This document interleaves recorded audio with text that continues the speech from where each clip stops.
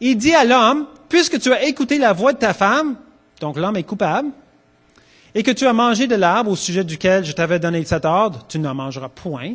Le sol sera maudit à cause de toi. C'est à force de peine et que tu en tireras ta nourriture tous les jours de ta vie. Donc, le mal est arrivé dans tout le système et la souffrance est arrivée à cause de ce qu'Adam a fait. L'Éternel Dieu fit à Adam et à sa femme des habits de peau. On arrête. Habits de peau. Où est-ce qu'on trouve de la peau? Où est-ce qu'on trouve de la peau? Sur des animaux. Je connais aucun animal qui a une ouverture éclair, qui peut juste dire, oh, tiens, ma peau. Moi, je connais pas. Certains reptiles, ils perdent leur peau, mais pas les animaux. Pour qu'un animal donne sa peau, il faut quoi qu'il arrive à l'animal? Il meurt. Oh là là. Ils n'ont jamais vu du sang couler, eux autres. Ils n'ont jamais vu la mort avant.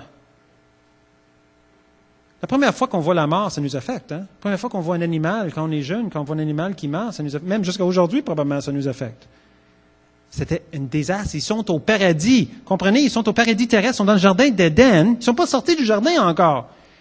Ils sont dans le jardin et ils voient Dieu tuer un animal innocent à cause de ce qu'eux, ils avaient fait, les conséquences de ce qu'ils avaient fait. C'est profond, là.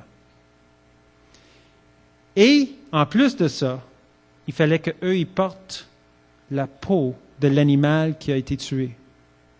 Hey, c'est grave. Ils ne peuvent pas oublier qu'est-ce qu'ils ont fait. Ils l'ont sur le dos. C'est vraiment sérieux, là. C'est triste. Moi, je suis presque à pleurer à penser. L'animal, c'était peut-être la... Moi, je propose que c'est un agneau. Je vais vous montrer pourquoi. On parle de Jésus comme l'agneau de Dieu, mais je vais vous montrer pourquoi. C'est pas mentionné dans la Bible, mais c'est mentionné dans les pictogrammes chinois. Peut-être l'agneau, c'était le plus proche animal. Compagnon, c'est tout innocent, c'est beau, les agneaux. Et Dieu, il l'enlève de leur possession. Tu as tout perdu. Le mal est rentré. Tout est en train de changer. Et pour que tu puisses survivre contre mon jugement, quelqu'un, il faut qu'il paye le prix. Mais non seulement il faut qu'il meure, mais toi, il faut que tu portes sa peau.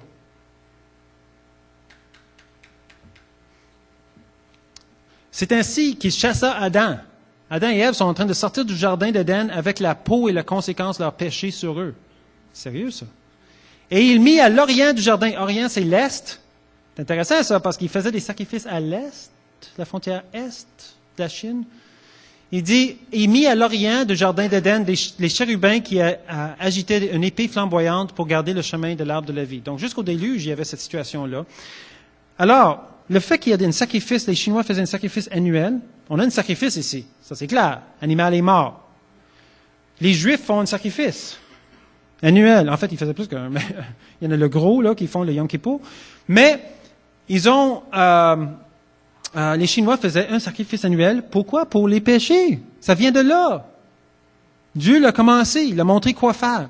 Et moi, je crois que Adam et Ève et toute sa famille revenaient le plus proche qu'ils pouvaient du jardin, à l'entrée à l'est, juste devant les chérubins, et ils répétaient l'action en souvenir de ce qui est arrivé, de ce sacrifice. Là, nous, on sait que ça, c'est juste temporaire. Il fallait qu'ils le fassent à chaque année. Hein? Chaque année, un agneau, il fallait qu'il soit tué. Un chèvre. Il y en a d'autres, dans le système juif, c'est plus complexe, là, mais des bœufs, des pigeons, plein de choses sont morts. Quand Salomon a dédié le temple, on parle de dizaines de milliers d'animaux qui sont sacrifiés pour permettre la gloire de Dieu de descendre sur la place. Ça prend beaucoup de sang pour couvrir nos péchés, si c'est du sang animal. L'importance de tout ça, c'est quoi? C'est que quand Jésus est venu, c'est pour ça qu'on l'appelle l'anneau de Dieu, c'est que lui, il a remplacé ce besoin d'avoir un sacrifice annuel, en étant lui-même innocent, aussi innocent que l'agneau qui était dans le jardin d'Éden. Et il a dit, moi j'accepte. Moi, j'accepte de mourir. Quand on dit « revêtez-vous de Christ », on parle de ça, là.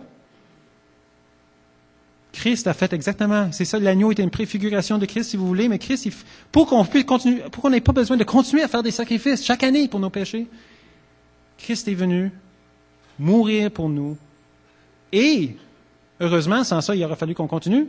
Il y a eu une résurrection. L'histoire n'arrête pas dans le tombeau. C'est ça, la bonne nouvelle. La bonne nouvelle, c'est que la mort est vaincue. La mort est rentrée ici. Et le dernier ennemi va éventuellement être complètement fini, vous comprenez, à la fin des temps. Mais Jésus l'a vaincu. Et nous, on a cette espérance de ressusciter avec lui quand on croit en lui. OK. J'ai pris une tangente, mais je crois que c'est important. Et je pense que vous voyez où est-ce qu'on s'en va avec la Sainte Seine. Vous voyez? Ça va vite vers ça. Je voulais vous montrer je vais sauter quelques-uns. On va juste aller par-dessus. On n'a pas le temps. On va revenir. Vous pouvez. Justifier, c'est ceci. Donc, justifier, c'est la main de l'homme avec une lance qui est moi. Moi, j'ai une lance ça tue, hein? Une lance, j'ai dans ma main, et qu'est-ce qui est par-dessus cette lance? Qu'est-ce qui est par-dessus moi qui est la lance? Un agneau. Et à cause qu'est-ce que je vais faire avec la lance? Je vais l'utiliser contre l'agneau et je suis maintenant justifié. Beau. Drôle d'image pour beau. C'est un noble couvert d'un agneau. Ça, c'est quelque chose de beau, parce qu'on a été justifié par l'agneau qui est mort à notre place dans le jardin, maintenant par Jésus-Christ. Romains 2, 15 à 16, il dit ceci. Il montre que l'œuvre de la loi est écrite dans leur cœur, leur conscience en rendant témoignage et leurs pensées s'accusant ou se défendant tour à tour. C'est ce qui paraîtra au jour où, selon mon évangile, Dieu jugera par Jésus-Christ les actions secrètes des hommes. Donc,